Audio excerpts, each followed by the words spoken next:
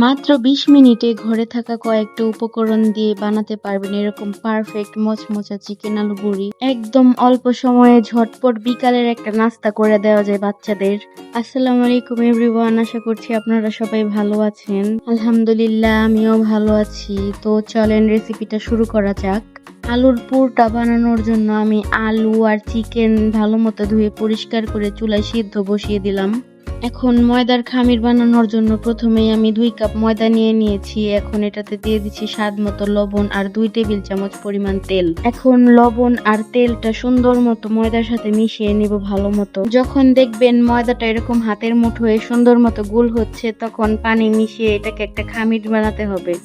অবশ্যই নর্মাল টেম্পারেচারের পানি ইউজ করবেন, গরম পানি ইউজ করা যাবে না। ময়দাটা ভালো মতো মুথে একদম নরম একটা খামির বানিয়ে নিতে হবে।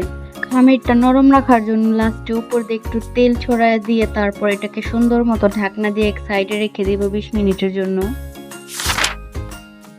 আলু আর মুরগির মাংস টুকরাটা ভালো মতো সিদ্ধ করে পানিটা শুকায় নিছি। এখন একটা খুন্তি দিয়ে আলুটা ভাঙ্গা তারপর ডাল ঘুটনিতে ম্যাশ করে নিতেছি আলুটা। এবার একটা প্যানের ভিতর তেল গরম করে দিয়ে দিচ্ছি কুচি করে রাখা পেঁয়াজ আর কাঁচা মরিচ। পেঁয়াজ মরিচটা অল্প একটু ভাজা হইলে আমরা এটাতে দিয়ে দিব শুকনা মরিচের গুঁড়া।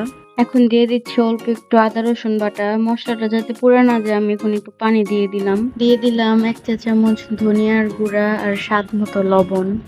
এখন মশলাটা ভালো মতো কষায় নিয়ে ওই আগে আলুটা যে সিদ্ধ করে রাখছিলাম ওই আলুর মিশ্রণটা দিয়ে দিতেছি। এই মশলাটার সাথে আলুটা ভালো মতো কষায় নিয়ে তারপর এটাতে 1 প্যাকেট ম্যাগি মশলা দিয়ে দিব। ম্যাগি মশলাটা দিলে আলুর পুরটা আরো খাইতে বেশি মজা লাগবে। আগে যে ময়দার খামিরটা বানায় রাখছিলাম এখন আবার একটু খামিরটারে মইথা নিতেছি।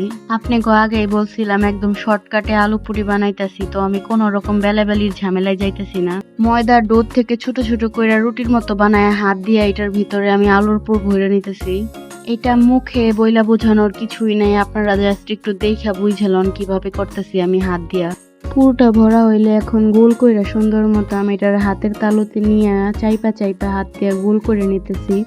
আমি যেহেতু কোনো বেলাবেলি করতেছি না তাই এটা একটু হাতে তেল মাখাইয়া এরকম করে হাতের তালু দিয়ে গোল করতেছি। আপনারা চাইলে এটা বেলুন ফ্রি দিয়েও করতে পারেন, তখন একটু সাবধানতা অবলম্বন করতে হবে, না হলে পুরটা বের হয়ে যাবে। এই তো আমার সবগুলো পুরি বানানো শেষ। এখন এটা আমি একদম গরম তেলে ভাইজে নিব। এখন এক এক করে তেলের ভিতরে পুরিগুলো দিয়ে দিতেছি। একদম হাই হিটে গরম তেলে ভাইজে নিতে হইব। পুরিগুলো একদম এরকম গোল্ডেন ব্রাউন কালার হইলে তখন এটার আমি ছাঁকনির সাহায্যে উঠায় নিতেছি। এই পুরিটা আমি আমার বাসায় বানানো তেঁতুলের চাটনির সাথে পরিবেশন করছি।